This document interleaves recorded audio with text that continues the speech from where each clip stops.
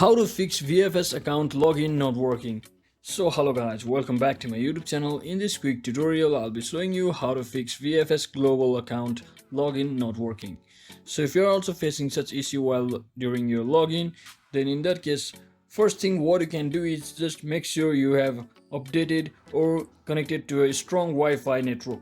So once you have done that, another thing what you can do is, because of the browser cache or cookies, it may slow down or cause an error on your browser itself during the third-party application or third-party site login. So when you try to log in, it won't give you an authentication. So in that case, just head over to your settings. So once you're inside your settings, scroll down until you see the application options and just tap on it, and from over here just locate the Google Chrome browser.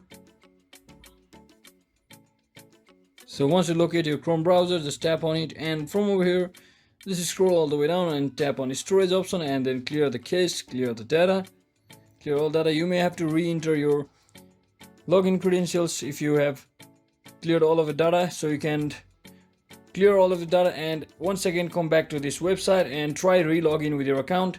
And if it's still not working, then you may have to reach out to VFS Global official customer support help center. So I hope this video was informational guys. If it was, don't forget to like and subscribe to the channel. See you on the next one.